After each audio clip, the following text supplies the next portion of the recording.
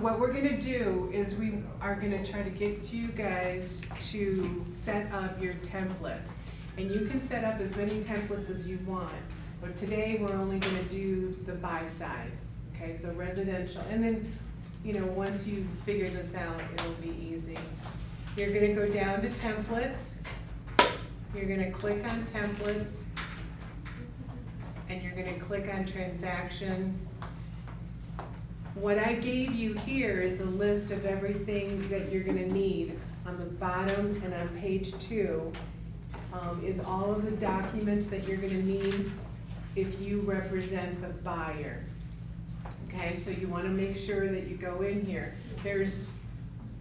Mine's kinda set up already, but you're gonna go into any of them. Well, alright, hold on. You're gonna go into templates. You're going to click on add a template. And it's gonna ask you for the name, and then here's a drop-down menu. So you can do whatever, you can name it, you know, buyer, and then your drop-down is gonna be residential sale. Okay? And then you're gonna click on save. Okay, once you have that, then it's gonna look like this, traditional sale. And then you're gonna open this up, and you're gonna go down to forms. And here's where you're gonna start adding forms. And this is what's gonna set up your templates, so that you never have to, when you create a transaction, you don't have to go and search for documents. So you're gonna click on add. 2 things are gonna pop up, okay? The Realty One group, and that is all of the Realty One disclosures that you have to use. So your marketing is gonna be there, your affiliated, your broker's comp form, all of those are gonna be in here. And you should probably start with that one, and all you have to do is just click on it. So you're gonna click on affiliated, because you're gonna need that. Can you raise the temperature? It's freezing. Hmm? We just turned it on because it was hot. So yeah, at the front, it got so hot in here, so we began at the front. So we'll leave it on for about 3 more minutes, and then I'll have And to then turn it off. it'll come I don't back know. on the door. Oh, you can open the door, yeah. Yeah. Then you're gonna click on because you're doing the buyer side, if you look at your checklist, your buyer's notice disclosure will be there, because that's a buy document. Where do we get the checklist? Hmm? Where do we get the? There you go. Okay, now I want you to go in and I want you to look for, once you've added, and you can do this whenever you want, you just click on these. When you click inside of here, you'll see that your basket starts adding. That means that you've got X amount in there. So when you hit add, it'll automatically put it into your template. So, where are we at? How Yeah. are we reading this? I mean, So there's look like at the 4 very columns. bottom. Yeah, by. It says buy, so Yeah. now go to the second page. And then those are gonna be these documents that I'm talking about now. Do the columns matter, or are we just looking at the row? So if it's required, you have to have it in there, but everything that's on that checklist should almost be on your template. And the reason for that is because you could have a buyer and be representing the buyer. You may need a counteroffer, you may not need a counteroffer. You may need an addendum, you may not need an addendum. But the template is everything that possibly could happen in that transaction and the forms that you need. So I'll show you in the second part how you can like not use it and use it and, you know, that kind of thing. Okay, so just ask again. So there's 4 columns. Mhm. There's Traditional. new and traditional. Mhm. Traditional would be a resale home, new would be a new construction home. Okay. And then obviously REOs and short sales, we don't do a whole bunch of those anymore, thank God. Got it, okay. So we can kind of go through, like you said, after the fact, if we missed anything, add in Into your those template, forms. yeah. Perfect. But right now, I wanna make sure that you guys have in your templates your duties owed, the notice of broker's compensation, and a purchase agreement. So I need those three to be added in there. Maria, real quick, so she's starting from the very beginning, which button do we hit to create that template? Oh, Bottom- go down second to bottom left. create, yeah. He's got a. Stay where the bad. Here to see confusion and sleep deprivation. That's So, but there's realty one, So, but then we have this checklist, so essentially, we're looking for duties of support, The dots right? are If you guys wanna just grab that. But what did we already put So up? that's what I was just telling this Stop. gentleman. What if Go ahead and. What did we already put Yeah. up? So the notice of She goes disclosure up in and the affiliated. counter offer, and then Yeah, that's you fine. go Okay, so in. now, and then we can go back and add them, put them out. So duties owed. That may not be. So here's duties owed. Okay, Right. check it. Oh, there's two duties owed. Yeah, but you're on the 60 is selling side. So pick the selling side one because you're creating your buyer's basket now, right?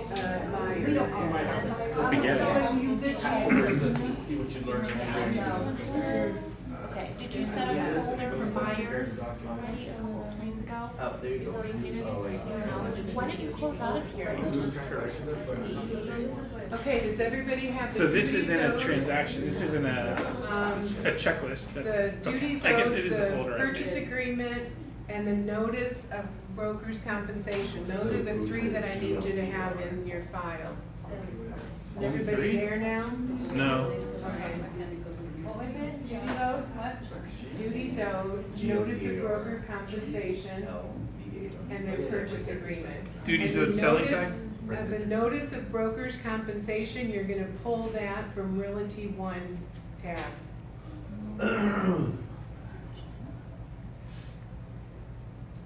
So for.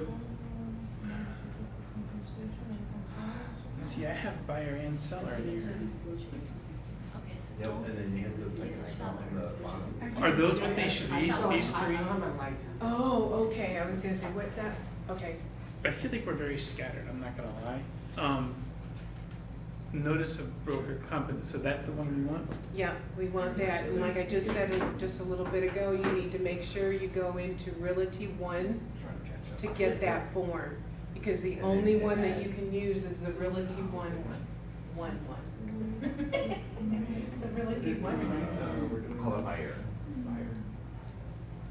Okay, so are we there? And then No. So now I have four, residential. Well, it doesn't matter, as long as you got the purchase agreement. but I'm trying to so- do it the right way. So this is the one she wants now for Just sure, put the broker name compensation. buyer. Just buyer, yeah. You can't put any names of people in this.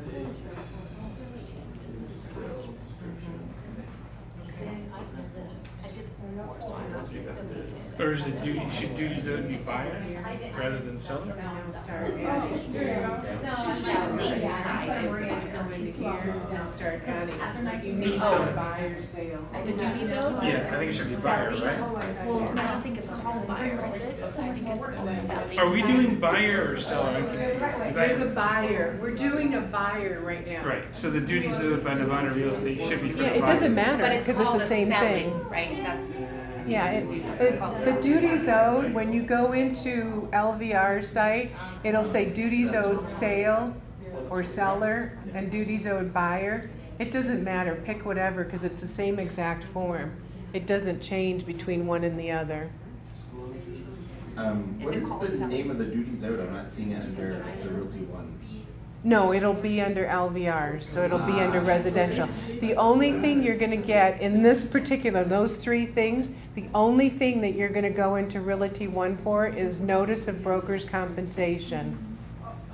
So you can see where it says ROG, Yep. and on your checklist, it'll say ROG. Those are only Realty One documents. Got it. So you have to go into the tab for Realty One to get those documents. The duties owed and the purchase agreement, you can go ahead and get those out of LVR site, Got it. Okay, cool, thank you. okay? Okay, are we kind of there yet? No. Can you come look at this? So, Are you I'm not, there? I'm not confident. I feel very uncertain about You feel this. it very okay, you're in your basket. Okay, so hold on a second. It's not. So, Okay, now you tell me. Did you do the? Okay, do you see how you have 4 in your, Mhm. you have to click add. And then. No, I wanted to make sure I'm adding the right form. Add in. Oh, yeah, your duties owed, you don't need this one, you can get rid of that, Right, of this so one it's gonna be here. the ones that start with Yeah. ROG. Click on that, click on ROG this one. marketing arrangement. Okay, where are you at? I don't know. Oh, Lord. That's why I I'm just wanna saying. back out. That's why I keep on saying like. ROG broker, Marketing arrangement. We have that one. I got that. Okay, let's see what happens when we add this. Okay, you're good. You got 4. But we're missing the purchase agreement, so add here again and put in the, look for residential purchase agreement. do we want to say exclusively with transaction desk and not with Sky Slope forms? Those are 2 different things, yes, but you're right, you wanna stick with transaction desk, Okay. absolutely. The ROG owner/agent addendum, no. Residential, purchase agreement. residential purchase agreement, that's your purchase agreement, that's what Wendy's gonna go through with you when we get done with this. It'll be residential purchase agreement, it'll read just like that.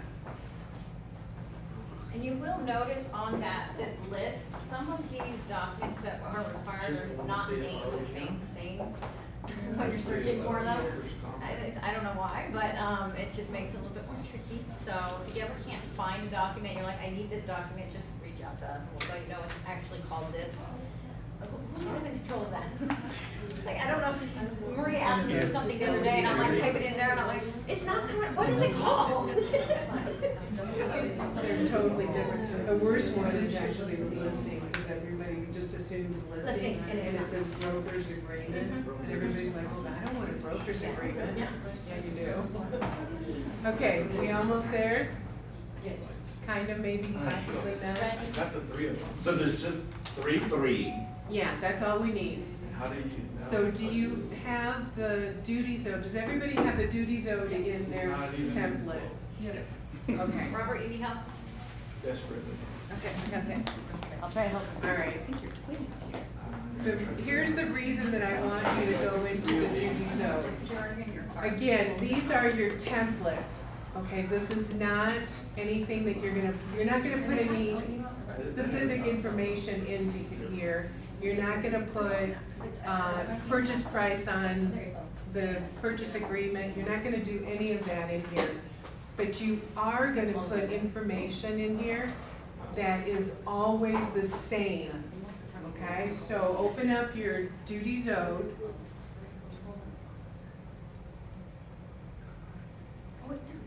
Mine's not revised 11/16. Is that different? And you can pre-fill all of these documents. And that's what I wanted to make sure that you guys, go in there and do. So the duties owed, you can pre-fill. Once you get done doing that, you're always gonna hit the X in the top. And then the key is, and that's why I wanted you to use the notice of broker's compensation. I want you to go into that form in your templates. Pop up. There it is, yeah. You're gonna mark it buyer because you're representing the buyer and this is a traditional sale.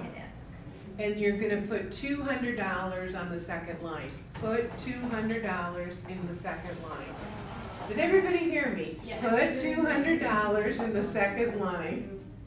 That never can change. That has to always be $200. And we're in the notice of broker compensation form? Go to the second line. I'm sorry, what's this one for? Notice of broker compensation. By, our company, right? Yeah, Our company. okay.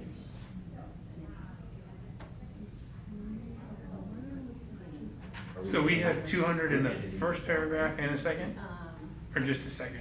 Just the second, the NAC line has Yeah. to read $200. And then the first line, you can change that, and obviously the total you can't. No, So are you that's editing it, so you're making them put it in there? No, Yeah. so it's, oh, so. Permanent, that's permanent. Yeah. That's gotta be in there So- permanent. Can you open it one more time? I'm sorry. I missed it. So glad I Can I see it one more time? What's per minute? So you're gonna, right there, so once you, when you go to, you can type it in there each time, but she's trying to get you to put the $200, edit it and grab the 200. And again, this is a template, so mark the template Yeah, so buyer, yes, you because can this just is your buyer's say that. template. And the second line needs to be Actually, don't go out there, $200, she's still working on okay? that. Oh, okay. Oh, wait, are we done with the, oh wait, no, you're still working on this form, right? So, That's all I'm Okay. gonna, so that one right there should be $200? the NAC line needs to be $200. The second one. Oh, Yeah. okay, so not that one. Yeah, oh, I'm sorry, right there. Yeah, the second. I don't know Okay, what all right, happened, no, I I guess picked it and I'm now it's the whole Check my mail. Am I I went to the Duty screwed though, up? but Something? I don't see. Okay, so now, yeah, so Well, now, you're in I your thought we template. were going to the duties though, so we're not, we're actually going to the broker's compensation, so. You just So you're didn't gonna put the actually just broker's put count in there. Yeah, you didn't bring it back to your file, so you should have these forms in there, that one, So go in there and put $200 on the second line.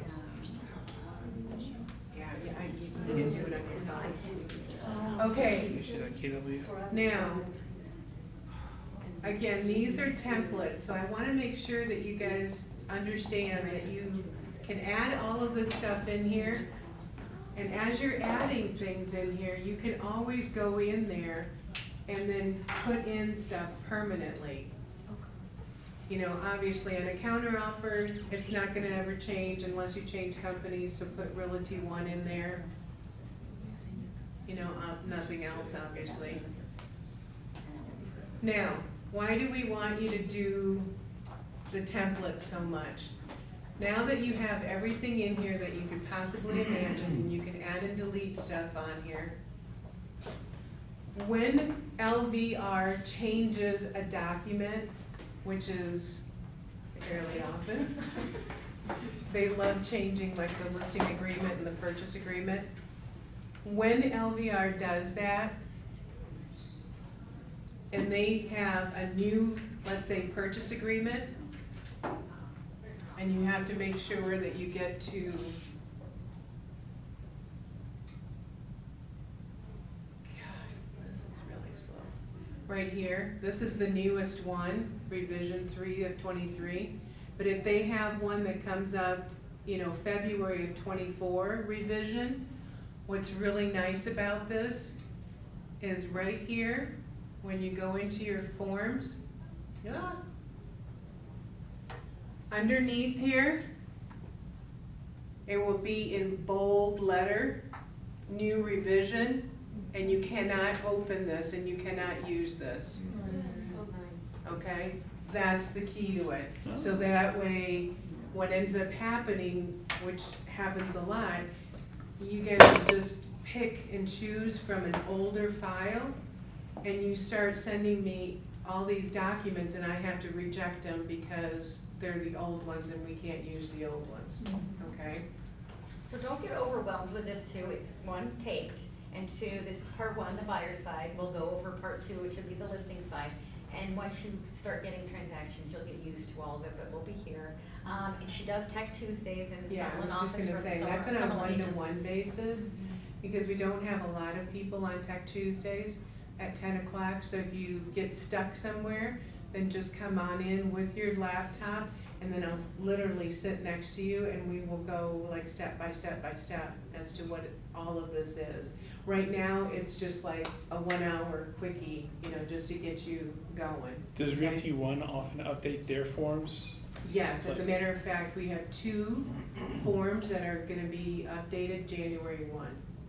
Okay, so those will be in the Realty One tab, and we'll let you know ahead of time and all that kind of stuff. Okay, Why is it important to do this? I'll tell you why, because I personally love it. No. Okay. I'll bet you agree. I know. When it makes my life easy, I love it. Okay, so now you've got a buyer. You took them out, they found a house, you gotta write an offer, okay? So you're gonna go into here, you're going to create, and you're gonna put in here, whatever.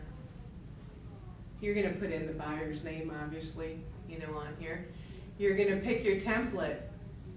See, which template am I gonna pick? I'm gonna pick that template. Now, here's what's important. If you are on the buyer side, you can use import data. If you're on the listing side, you can't really use it because you haven't actually, done an MLS, and this goes off of MLS numbers. So I'm gonna show you this because this is so cool. You're gonna go to GLVAR, it's gonna ask you for an MLS number. I'm gonna just put in a number here. Okay? And because you picked the template for traditional sale, it already knows that that means that you're the buyer's agent, so you're the selling agent. And then you're gonna click on create.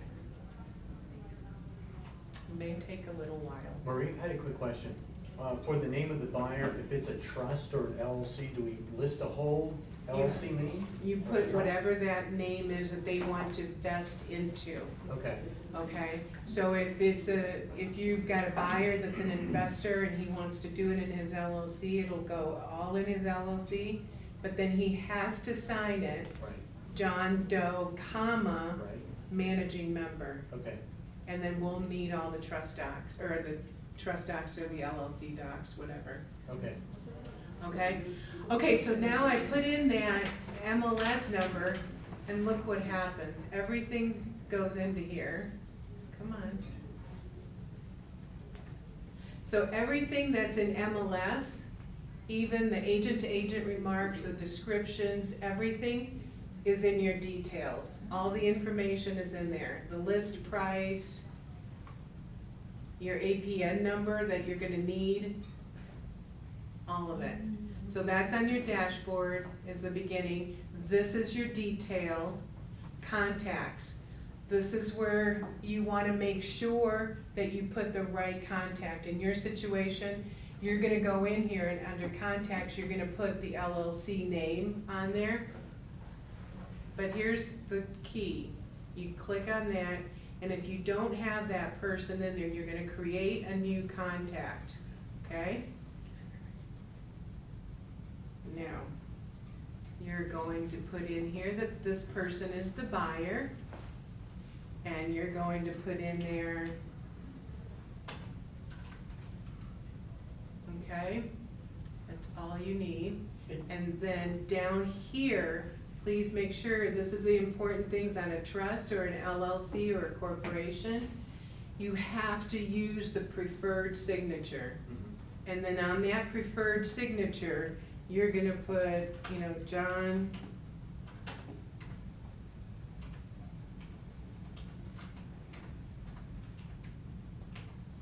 Did I spell it right? Probably not. Okay, and why is that? Because the name, and I actually cheated on this, I should go like this, hold on a second, so that it doesn't mess up your, Oh, okay. there. That's what it should look like when you do a new contact. Because what happens now is when you save that, that information then goes into all the forms that you have in your template, and it'll read Oaks, and then LLC is the last name, and then when you authenticate, and we'll go into that step later, but when you authenticate all of these documents for them to sign them, it'll automatically put in there John Oaks, managing member. Okay? Because if you don't, every single document that's in there that you send to them will go in and it'll automatically sign it as Oaks LLC. And then every single one of those documents, I'm gonna reject them because an entity cannot sign any document. An entity is something that's not human, so they cannot sign. So if you have anything at all under an LLC, a trust, or a corporation, and you don't use the preferred signature, we're gonna reject it because it's gonna take whatever's on the first name and last name, and that's what it's gonna sign every single one of your documents with. So if we needed to add like a suffix, like junior or senior, we'll put it on the preferred signature? Exactly, Okay. yeah, yes. And what about like for a trust, like, mine's like Yes. none trust, comma, dated, blah, blah, blah, do you put like the, for first You name? split it whichever way you can. Between first and last? Yeah, Okay. and then you wanna make sure that the preferred signature then is the name, comma, trustee, Yep, okay. okay? Maria, I had a situation where it was an LLC with two managing members, Mhm. and my document was rejected. One of them was signing generally, and then I got a incomplete document or whatever it shows, and I needed to do all the documents with the two of them. Is there a space to do that there? I see only one. No, you'll have to do two contacts, so it'll be two buyers.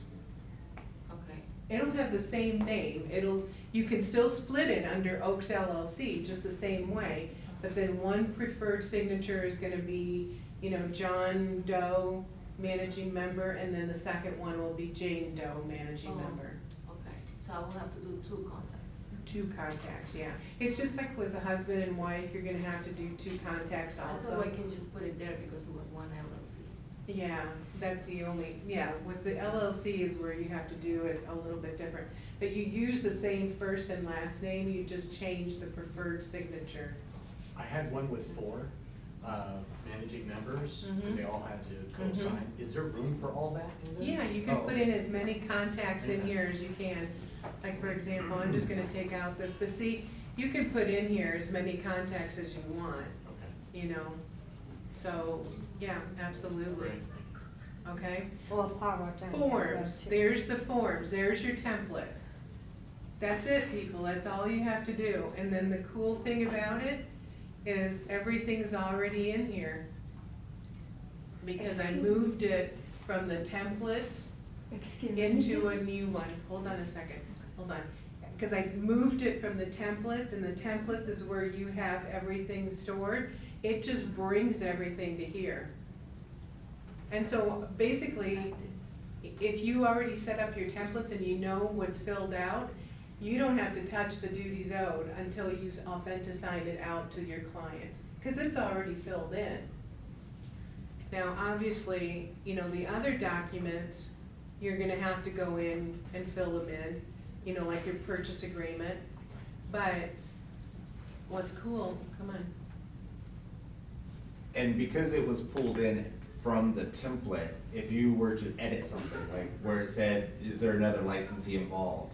And your default is no, you can just change it to yes, and it's only modifying it in this transaction. okay, so if you change it here, in this, Transaction, in this transaction, it's only gonna change it here. perfect. But if you go down to your templates and you change it there, then it changes it Okay. for everything. So, it's just like the purchase agreement. Stuff that's a known fact is already filled out. Okay? We fill it out or it's already pre-filled? It's pre-filled in your templates. If you put So- it in there, edited Oh. it, put it in there, saved it. Yeah. I noticed the license numbers, they don't have like the sales or BS, like broker salesman. Do we include it or not? It's not mandatory. Okay. So if you wanna include it, by all means. If you don't, you don't. I mean, that's not a biggie. But like I said, once you start working with your templates, put all these documents in there and pre-fill whatever you can. And then that way, when you get to this point, it's just one thing less for you to do. Especially in a couple of years ago that we had a market where it was really hot and we were just, contracts had to be filled out like in a nanosecond. you know, before you lost out on the house for your buyer. In that situation, at least you can go in here and half the stuff is already done. Once you have met the client, as an example, like right here, I'm sorry. Excuse me. Right here. Once you've met the client and you know that they've already signed your notice of broker's compensation and they're gonna pay the $600 transaction fee, you can already go in there and pre-fill it in just the contact area, in the create the transaction area, not your template. But you know that that client's gonna pay for that, just automatically, you know, pre-fill it out. You've already set up your contacts for that individual, for that buyer. Go in and pre-fill the things that you already know that that person's gonna do. Page 1, you already know, because you've talked to the lender, what kind of a loan they're gonna do, or if they're gonna do cash. You can go into there now and pre-fill for that buyer. Okay, that document. And then on the templates, you just do the basic stuff. Okay? Then, we're gonna get out of here. And I know this is what you guys have always wanted to know. The next one, the signing. Okay? It's the same format as when you were setting up your templates, the little circles. Once you click inside those little circles, it moves it to your basket. From your basket, then you can either download it, you can print it, what else is on there? You can AuthentiSign, you can store it, you can make it into a PDF, or you can email it to somebody. Okay? So if you're gonna email it to somebody, it's not going to allow, and there's two things on there. There's a pen, and then there's the email. The email is gonna take the document and it's gonna email it to your client, but it's not gonna allow them to sign it, it's just for them to read it. The pen is the one that takes you to AuthentiSign.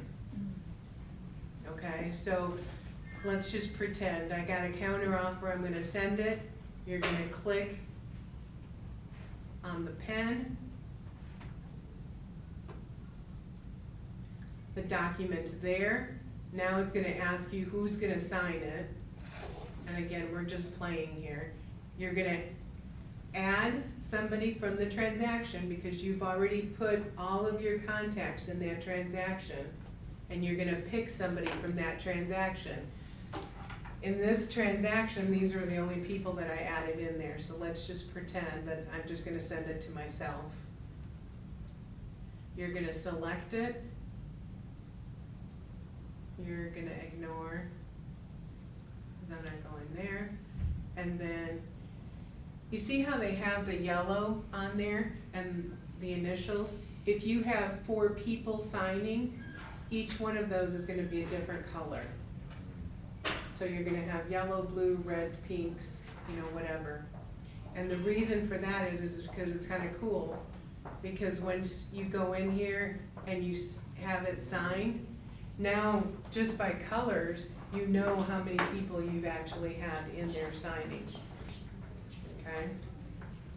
And then that's it. It automatically auto-populates oops, there we go, the date, because I have it all set up down here for auto-populate. And these are all the things that you can do with AuthentiSign.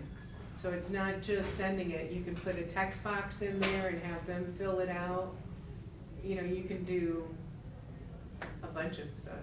So the signing stuff, we're gonna go into later. Because I Yeah. have just 15 minutes, less than 15 minutes to get to the Yeah, package. no, I'm Then you got barreling closing through there, packages. yeah. So we just ran in with another closing package, so this, Oh, we're ready great, for Maria. that's what So, I needed. I knew Okay, that was does waiting. everybody at least get the gist of what we're Yeah. doing? Cause I really need you to go like home and create your templates, and then come back on Tuesday if you have questions.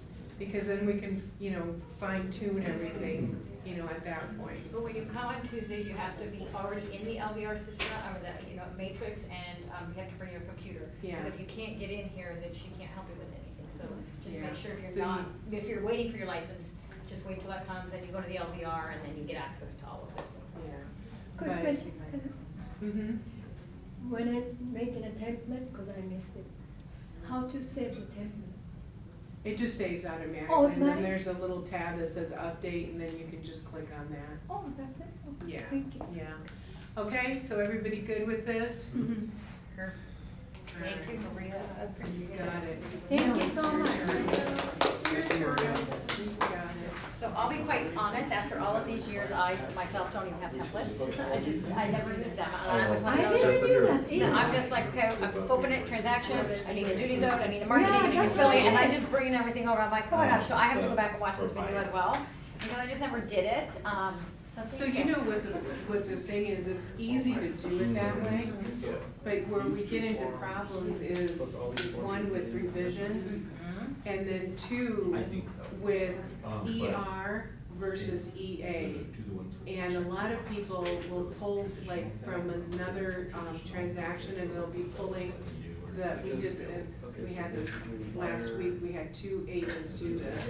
They pulled from an old file, and they ended up pulling the unimproved listing agreement, you know, when they were selling a house. So we had to reject it, and then they were getting all upset, and it's like, well, it's not vacant land, so can't use this. And then he's like, well, I was wondering why there was like sewer questions and well and everything like that, so.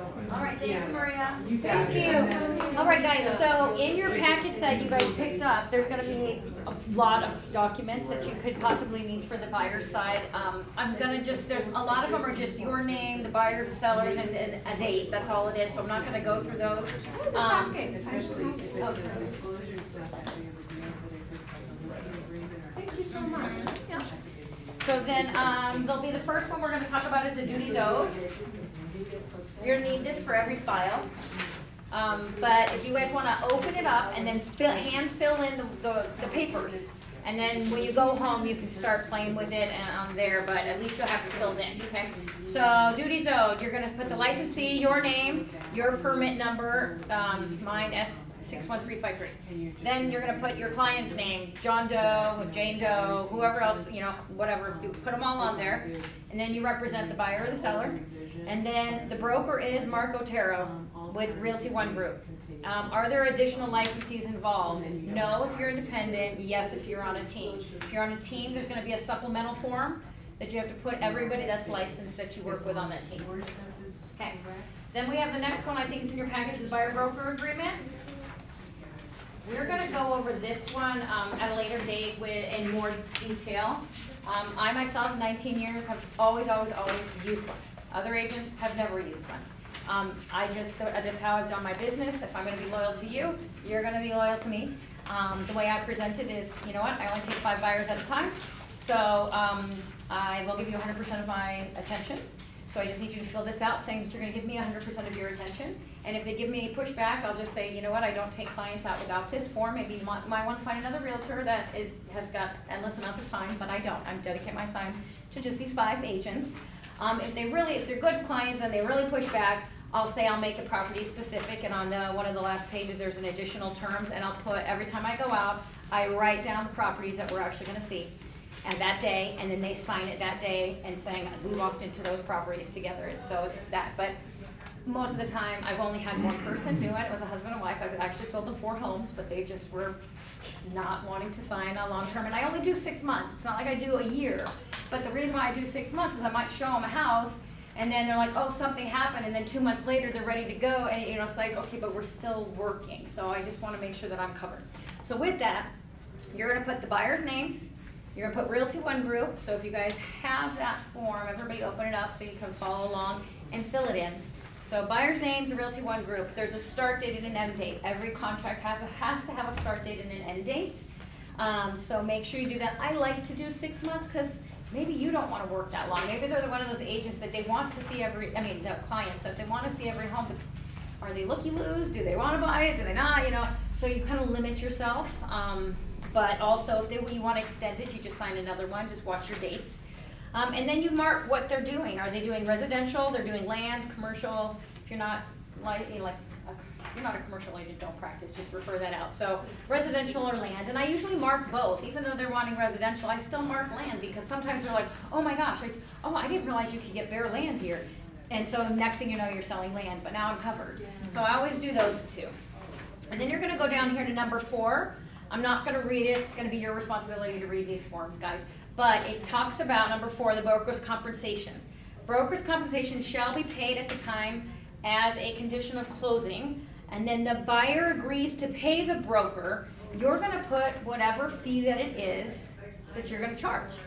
2%, 2.5%, 3%, that's completely up to you. Yes, ma'am. Oh, yeah, we're going. Okay, so now keep in mind, if the seller's offering a compensation, they're gonna pay that, and whatever they don't compensate you with this. So I say in here, I get paid 3%, the buyer agrees to that. I show a house and it only pays 2.5%. Well, now I tell the buyer, just so you know, there's an extra 0.5% that you will be paying out of pocket. It's not like I'm getting 3 from the seller, 3 from the buyer, that's just not how it is. It's total of 3, and whatever the seller doesn't compensate now becomes the buyer's. You know, and in this changing market where they can offer you $1, you say, hey, I'll show you everything, I just wanted to let you know that to complete this compensation is going, this transaction, this specific home will cost you an additional X amount of money if you decide to go forward on that. If you said 2.5% and the co-op was 3%. That's fine. You get more, yeah. Okay. This is at minimum there, so you won't go any higher than that. I mean, you won't go any lower than that. And then 40, line B, in addition to the compensation, buyer agrees to pay the broker. I put NA. Some people put the transaction and compliance fee in there. I don't, because you never know. I mean, if you're teetering on $390 and $410, that just throws you into a different, you know. So I leave that out. There's a separate form that we're going to pay anywhere, and have them sign anyways, a broker compensation form. So why put it in there? It's like it makes it look like it's commission. That is, the broker compensation is a storage and transaction fee. It has nothing to do with my commission. That's a broker fee. So I don't want, they're filling this out and to show my commission and what I'm getting paid. I'm not getting paid that. So I leave that out. And then you're gonna go down to line 48E. Buyer agrees to pay such compensation if buyer within 3 calendar days of termination of this agreement enters into an agreement to purchase, exchange, option, or lease any of the properties I showed him. It actually shouldn't be 3 in this one. It should be 108. Oh, wait a minute. 30, 60, 90, 120, 150, 180. I think out loud. Yeah, so 180 days. I always do. I was running really lately, and I was like, what do I want to put here? So 180 days. So I like to do 6 months. So when I show somebody a house, if this ends, say this is only good until December 31st, and then all of a sudden in February they're like, you know what, I really like that house, they move forward with it. Well, guess what, I showed it to them already, and that 180 days hasn't passed.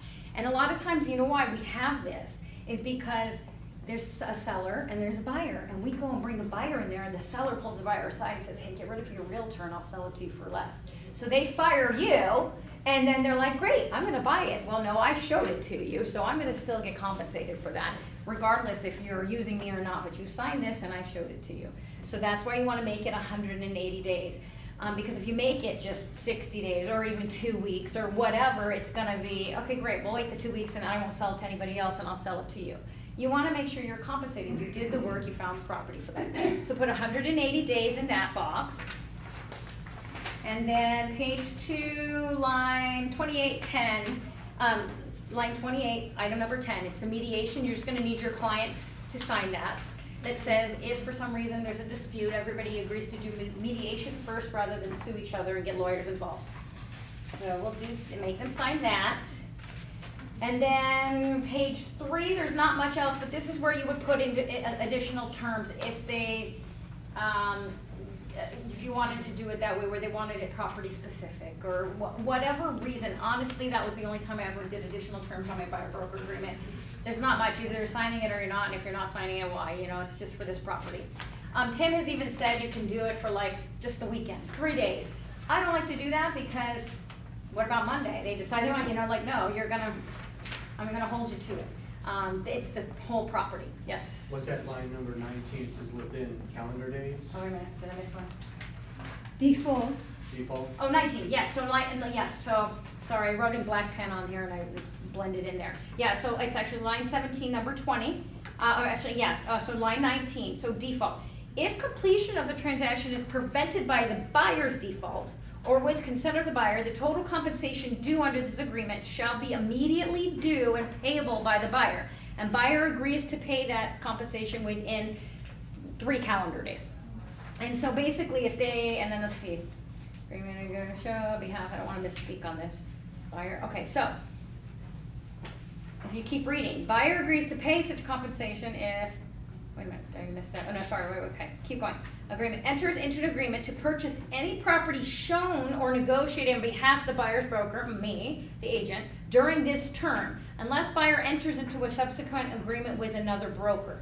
If completion of the transaction is prevented by the buyer's breach or with the consent of the buyer, other than as provided here. So basically, they've signed this with you, but then they're out and about, they're looking at new homes, and then they're just like, oh, I'm gonna go in there, oh, I'm buying that home. No, now you owe me a compensation within 3 days because you went under contract without me, and don't think that I'm not gonna 3 pay. calendar days? I put 3 in there because you don't want them to wait a month to pay you, you know, you want to get your money as soon as possible, because the So- longer you wait, less So change. even for a new build, Well, it depends, it hasn't closed, so, but it's gonna take you time to find out that that's what they did. Right. You know, so you're not gonna know right when they did, they're not gonna call you and say, hey, I just bought a house, most of the time they're not. They avoid your phone call for a long time, and then you're like, wait a minute, what's going on? And then you start Googling assessors or what, you're like, they're posting on their Facebook, you're like, whoa, wait a minute here. Just say, don't forget, you have this contract signed with me, so, you know, you can go to the builder and show them this, but the builder's not gonna. Here's another thing too, is the builder has a different contract or whatnot. This doesn't hold up with a new builder. And we had D.R. Horton in here last week, and he says, I don't care what contract you signed with your client, which would be your buyer broker agreement. If your client comes to me unrepresented, I'm not paying you, but you yourself can go after that buyer and say, hey, I always do a commission, you just didn't bring me in. what were you saying about this being property specific? Yeah, so in the additional term, so I don't want you guys getting used to doing that, because you want them to sign the buyer broker agreement. Anything I show you, you're agreeing to this certain amount of time for me, and that's what I'm gonna do, is like, I'm gonna show you, I'm gonna give you undivided attention. But then there's a couple of people that will push back, I'm not signing that, and then I'll say, okay, well, maybe I'm not the agent for you. I'm very specific with my time, and I'm very choosy with my buyers and sellers, and I will give you 100%, but you need to give of my time, but you need to give me that same loyalty back to sign it. If they don't, what I did do one time is I said, okay, every time we go out, you will sign a buyer broker agreement for each property. So I would write 123 Main Street, the properties I'm showing them that day. And it's this, everything else in here is the same, but except for these properties, and I put in there, it is only property specific for the properties listed below. And then I would just add those properties, so then that way they can't buy those properties without me getting compensation. Got it. It's And for is the that next under expense. additional terms you guys? Yeah, the additional terms. I'm sorry, that was my notification that I have to leave. Okay, so we're going pretty quick. Okay, sorry. Do you Um, recommend to put those properties? What's Is that? that something you recommend to do? I don't unless they're refusing to sign this form but still wanna work with me. Usually I say, no, I don't wanna work with you. If you're not gonna wanna work with me, because that's what they're doing, they're looking for houses outside, they're finding another realtor, they know somebody else, whatever, so they're not gonna be loyal. If you won't sign a form, and I tell them, I set you up on a search, I'm setting me up on the same search, so while you're at work, I'm looking for homes, and I'm like, hey, one just came on the market, looks like exactly what you're looking for, can you guys meet me today? I'm doing my job, I'm not just setting them up on a search and say, call me when you find something. I can't do that for 15 people that are looking with other realtors, you know, it's like, I'm giving you that attention, and then you'll get the email, oh my gosh, thanks so much, that property you sent me at like 2 in the morning was beautiful. I'm like, that's my job. I didn't send it, it came automatically, but they think, because you've given them that kind of attention, so you keep it up. But yeah, so if for some reason, you know, you have to, they're just refusing to sign it, contracts scare me, okay, well, we'll do it property specific every single time I go out, but you're opening yourself to the days you're not going out that they're doing the same thing with somebody else. And you recommend 6 months to I be do 6 with from page 1, Mhm. and 6 other months for them to be liable for that compensation? Yes, absolutely. And then the last page, you just have them sign, bottom, where it says broker, it's gonna be Mark Otero. There are 4 Realty One offices, but Mark Otero is always gonna be the one that's on it, the broker on there, and then you're gonna have his license number. And then the designated licensee number is you. That's your number, then they're gonna date it, you're the designated licensee, and then I put Realty One Group and I put the office that you're licensed at. That's the address that goes down there, and then they sign it, and then you send it to your broker, they sign it, and then you give a copy to your clients. Okay. And then I think the only other form I really wanna go over, well, there's a couple of them, but, the residential purchase agreement. Okay, so we're gonna go pretty quick on this. We do have other classes. It is in the Rev Up as well. But, at least you have an idea. This will be taped. You can go back, through this as well. But, so residential purchase agreement, it's in that package somewhere. I don't know the way that Maria did it, the way that I It's printed in them the out. beginning. Okay, they're in a different order, but, okay, so you're gonna do your buyer's name, the date. This date is super important, guys, because whenever you do a counteroffer, addendum, whatever, it says the date of the list, the buyer, the residential purchase agreement. It's not the date that they signed it, it is the date that you wrote that contract, because sometimes you can sign, or the date that the seller accepted it. It could be 3 or 4 days from now. They don't care, they go by the date that you wrote in that top right corner there, okay? So it's the buyer's name, the address of the property you're making an offer on, Las Vegas, Henderson, North Las Vegas, you gotta put the city in there, Clark County, zip code, and then the parcel number. You get that parcel number off of the MLS, off of the MLS sheet. You can look it up in the assessors, you know, whatever through the matrix. But if you've got an MLS sheet that you've given them because you show the property, it'll be on the top right or top left of there. So you'll see that. And then you're gonna put the purchase price that they wanna offer. And then you fill the front page out. Earnest money, whatever they're asking for, but it could be different. You don't have to put what they're asking for. If I'm asking for $5,000, please don't put $1,000 in there because I'm gonna counter that out, or we're just gonna reject your offer. You gotta be, like there's people that, like we have $1 million listings that want $100,000 earnest money. That's a lot, you know, but it's again, it aligns with the price of the home. You know, so don't do a $400,000 home with $100,000 earnest money, like, it's just not. So it's usually a certain kind of percentage, but I like to do, 500,000 is, you know, $5,000 or less. You know, 300,000 and under is always 3,000. I don't do less than $3,000 because you have that earnest money is in case that buyer defaults, that seller can go after it for compensation for taking their property off the market. So that's what that is for. So you have to make it, you know, something that the seller's like, okay, it's worth it. If I take my property off and they default, I can at least collect that and pay my mortgage, you know. So that's what that's for. And I always write in there, it's not presented with the offer because they're gonna wire it. So I put or, to be wired to title within 2 business days of acceptance. I like to write that in there. Line 18, additional deposits. That's if you're gonna split it up. So I'll give you $1,000 now for the earnest money and then $2,000 after I do the inspection. We usually don't see too often of that, so I'm gonna just go through what a standard one looks like, so I'm not to confuse you guys.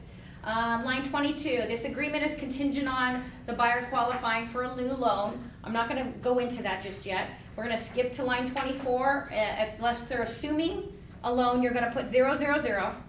Line 31 is not securing a promissory note. In 19 years, I haven't done one, so you guys probably won't do too many of them either unless the market really changes. But that would be 000. Balance of the purchase price is what they're putting down payment, and then the total, okay, which would be $320, which is what you've offered up here. Okay, so now how to fill this out? You're gonna have, your total is $320, so you're gonna put $320 on line 37. Then you know you're doing $3,000 earnest money, so you're gonna put it on line 11, right? But now your balance of your down payment, the balance of down payment. If I know I'm putting $11,000 down, but I've already agreed to put $3,000 in earnest money, you have to put the rest as your down. So you've got, I like to go backwards when you're looking at this form. You've got your total, your down payment plus your earnest money equals the new loan. No, sorry, I said that out wrong. So your down payment, the balance of your purchase price plus your earnest money is the total down payment, and then those two plus your new loan is what totals the $320. So you just have to make sure that it totals all the way down.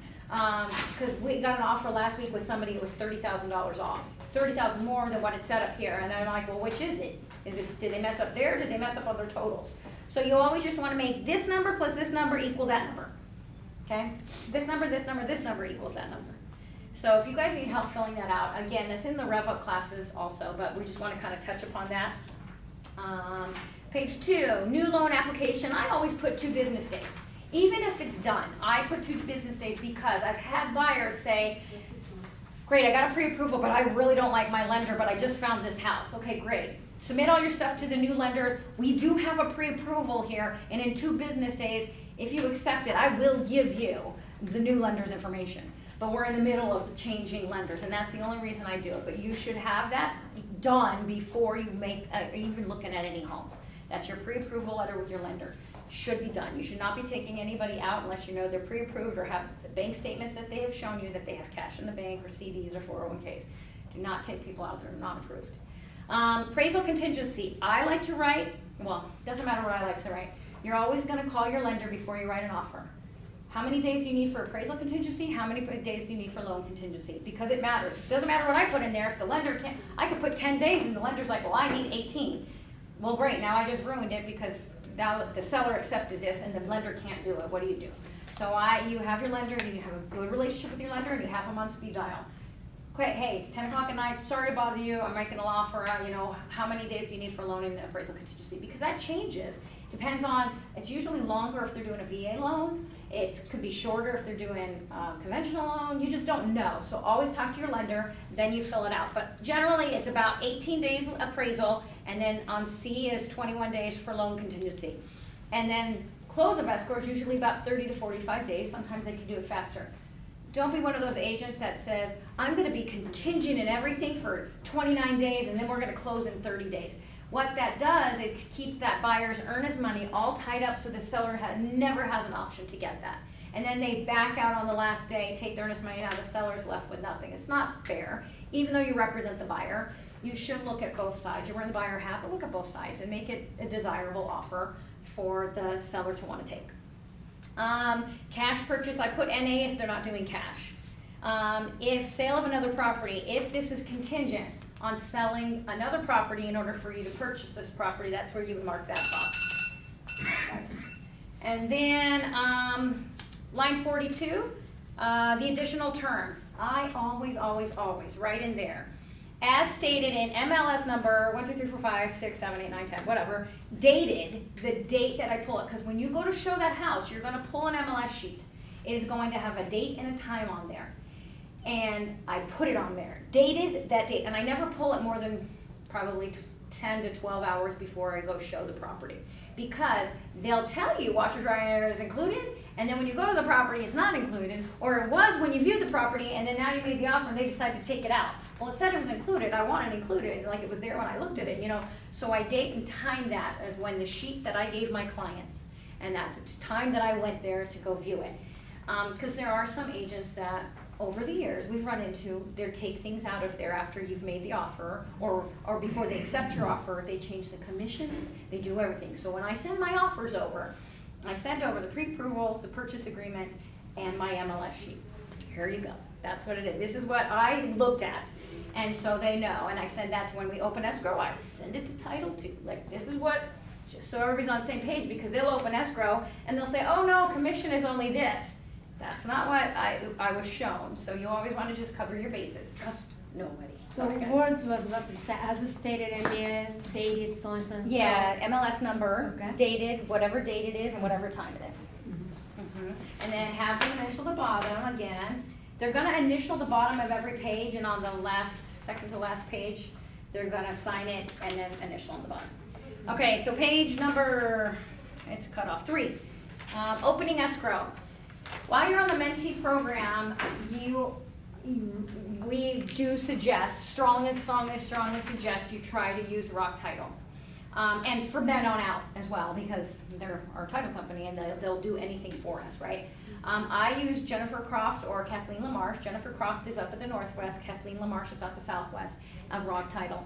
I can get them at any time. I've got their cell numbers, if it's at night, what's going on, like, But when you don't have a rapport with your title company, it's very hard to stay on board, like, I'm getting the wrong information, they don't call you back, what's going on? So you will be required to use them, especially in your first 3 transactions while you're on the mentee program. But then we all have control. What's that? How do you spell Croft? CROFT.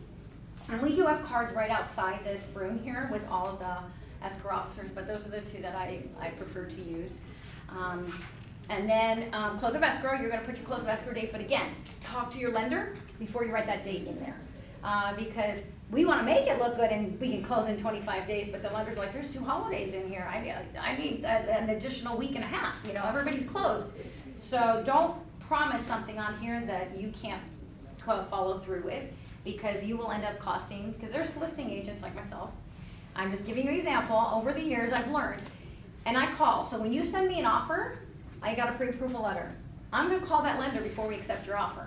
I'm gonna call that lender and say, how qualified are they? What do they have? Do they need or want these closing costs? What's going on with it? How many days, they have this for appraisal, this for loan, and this for close of escrow. Can you do it in those timeframes? And if the lender says to me, no, I need an extra 5, that's too short, I'll give the lender that. I'm not trying to not give the lender anything. But if he says, yeah, they wrote it, he says, yeah, I agree to it, and then they're like, oh, we need another week and a half. I say, well, I'll grant you that extension, but you're gonna release that earnest money non-refundable right now to my client. That's the only way we're extending. Or you're gonna walk away, and that's it, and we're taking you off the market, right? We're going back on the market right now. Only because there's so many agents have gotten into the habit of promising things that they don't want. They're just trying to make it look good, and then it's a waste of time for everybody. So I'm like, nope, and I go over it before we accept it. I wanna make sure all of you guys on your side have agreed to all of this. If not, there's gonna be repercussions later on if you need to extend, and they're like, okay. And we did, I just got an earnest, my $3,000 earnest money 2 weeks ago for a client, because I'm not playing those games. You know, if something happens, I'm like, hey, you know what, we understand. There are accidents and bumps in the road sometimes, no big deal. But if it's because you were trying to make it look like something you could not produce, then that's bad on you. Excuse me, so what date should I put it in? The close of escrow date, you have to ask your lender. And ask Yeah, the that's the lender. lender. It's usually 30 to 45 days, just depending. Okay, so my question is, so this is honest deposit to who? The seller? But I wouldn't go that far. If you're having somebody that wants you to extend, call us, call your broker, the sales manager at the office. But yeah, it would be releasing it to you have to go through title, everybody has to sign a form. Yeah. But you would be releasing it to the seller, because in goodwill, that yes, I need 5 extra days, but I just need to extend. That's what I do too, yeah. Yeah, so always call everybody first, don't just start requesting money. Okay, so then you've got inspections. You're gonna wanna waive anything that is not important to your house. Like, if you're buying here locally, like we usually don't have well and septic yet. The due diligence. Oh, did I miss it? Did I miss it? Sorry. Number 7. Oh, yeah, sorry, yeah, sorry. So due diligence period, that's the time frame that you're gonna use to do any of your inspections. Thank you, appreciate that. So it's not just a home inspection, it's a roof inspection or whatever. So we're now in the habit of doing 10 days. It used to be 5 or 7 days, so I'm so thankful we've got 10 days. But once you go under contract, you really wanna get your inspector out there within 4 to 8 hours. He'll get you a report, 24 hours, and then you can decide if you need further inspections. But I always like to put 10 days for my due diligence period. Don't ever waive that due diligence period, because then that liability falls on you if they close and they're like, you didn't let me have a inspection. I didn't say you couldn't, but you put in that contract that they didn't need it and you waived it. So is it conditioned or is it not conditioned? Oh, sorry. Yes, Yes, this Okay. buyer's obligation is, yes, conditioned on this due diligence period of 10 days. Sometimes, and you might even ask for 12, if your client's out of state and they wanna come here for the inspections, hey, you know what, they don't know when to buy their ticket, so give me extra couple days and they should be here within 3 or 4 days. That's fine, we get it, just communicate, guys. If you let the other side know what's going on, chances are they'll understand what's happening. Okay, so next page, all of these inspections and things, you're gonna waive anything that's not pertinent to the house. If you don't have a septic system or a well, just waive it. You're gonna NA it, sorry, because it's not applicable. You're waiving the things that it has. So if it has gas fireplace or wood burning fireplace, but you're not gonna get an inspection on it, you can just waive that. Like, I don't need it. But it's still there, I just don't need it. So most of the time, you're just gonna put the home inspection in there. Unless you've already seen there's some roof issues, then you're gonna put, I'm gonna get a roof inspection in there too. And then this is just telling the seller what kind of inspections to anticipate for that they're gonna do on their home. Further down, title and escrow fees, 50/50. Real property transfer tax, seller is generally paying. Now, these are all negotiable. This is just what I generally put in my offers. And then if the seller doesn't like it, they'll counter me out and say, hey, I'm switching it, and you guys are gonna pay this or whatever. Lender's title policies for the buyer, because it's the lender. Appraisal, if the buyer's getting a loan, then the buyer should pay for that appraisal.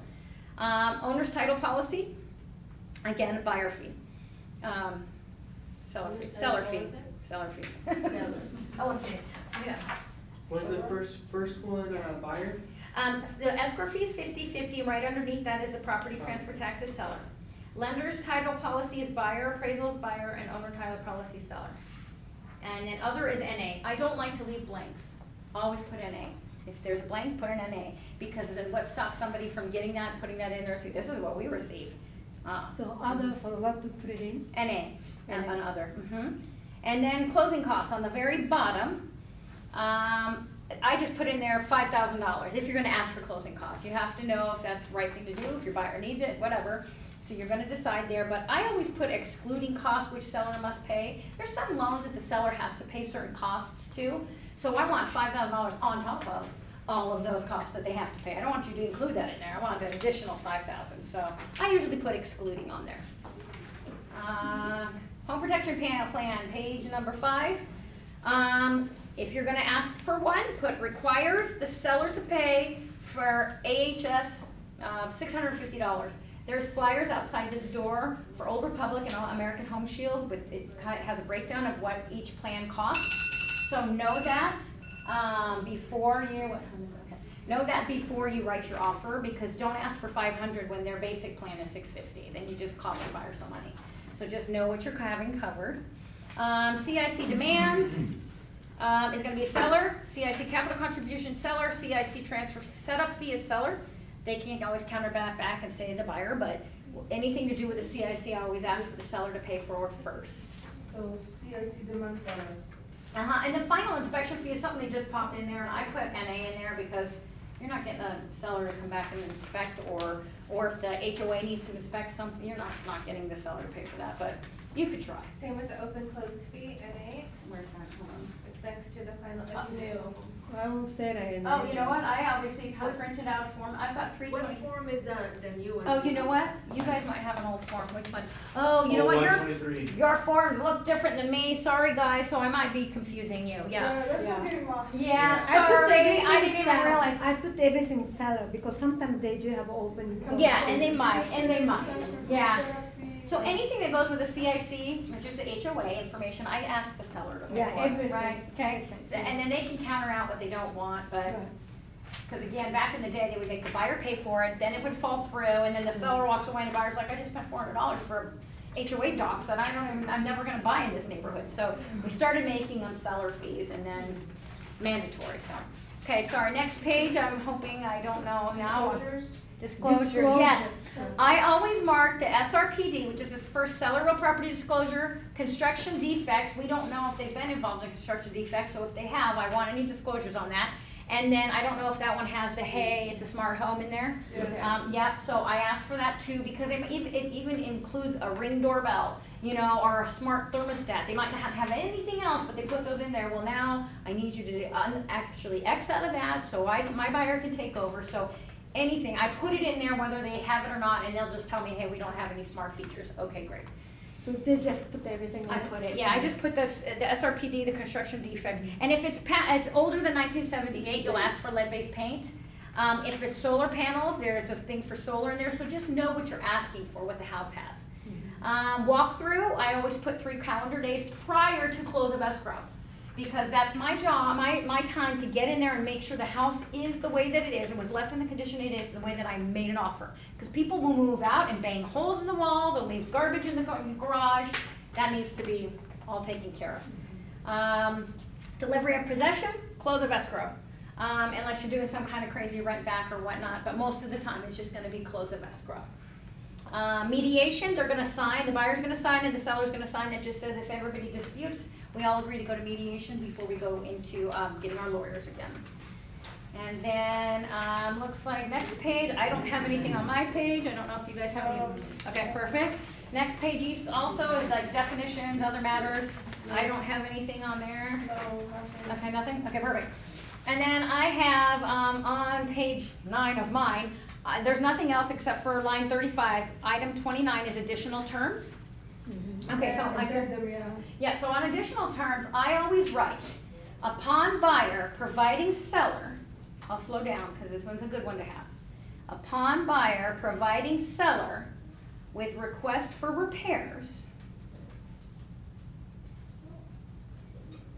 comma, buyer's due diligence,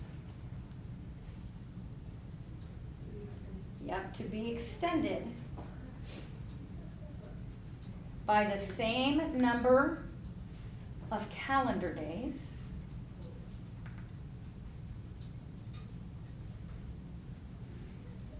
that it takes the seller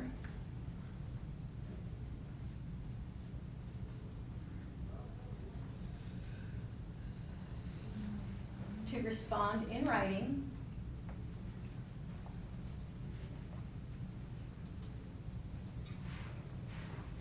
to the buyer's request for repairs. To respond, the The seller. seller to respond in writing. In writing.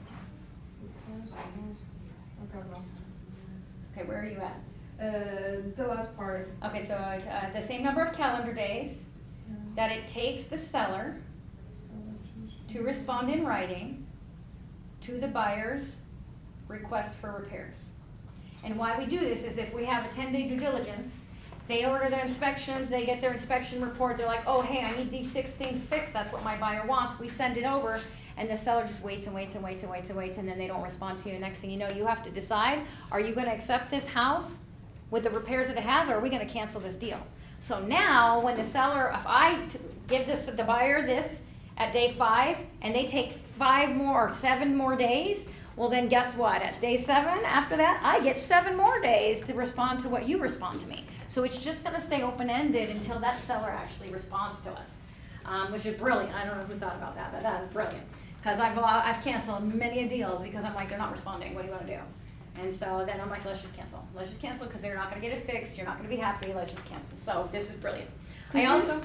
Could you read it again in 20 Yeah, minutes? upon buyer providing seller with request for repairs, buyer's due diligence to be extended by the same number of calendar days that it takes the seller to respond in writing to the buyer's request for repairs.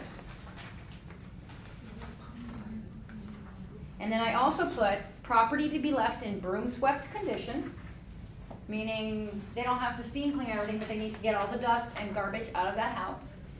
And then I also put in there seller to order the CC&Rs within 48 hours of acceptance.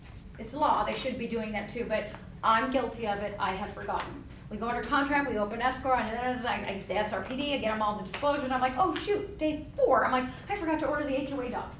Now, when you order those HOA docs, they can take up to 14 days to get them to you, so, but you wanna get them to them sooner than later, so you're out of your, because they have 5 days to review them, so you wanna make sure that that's done, because if you wait till the very end, now you're either extending because you didn't get it, or guess what, they cancel because they don't like something in the HOA, you just wasted all that 30 days. What was it? I had a situation where the HOA changed companies In the middle? in the middle of it, so it's like I requested it and I never got it, it's like I'm And like things happen, panicking. yeah, and things happen, so you gotta request it or repay or whatever. And then, yeah, the expedite, you have to pay extra. Extra, for it, like $100, $150. Yeah. What was the wording of that last one again? Seller to order Yep. CC&Rs within 48 hours of acceptance. Thank you. Okay, so I got 2 things, because I gotta get there and back, so, on your buyer's acknowledgement page, this is confirmation of representation, this is your buyer's information. So Mark Otero is gonna be your broker, Realty One is the company, you're gonna always put Mark Otero's license, broker license number. Then you're gonna go where it says phone number, that's gonna be your phone number, because everybody's gonna look at this and they're gonna call you. If you put your office number, they're gonna keep calling the office, and they're like, I don't know who you're dealing And with. your email, right? Yeah, I always put your phone number and your email there. So it's your name, on the right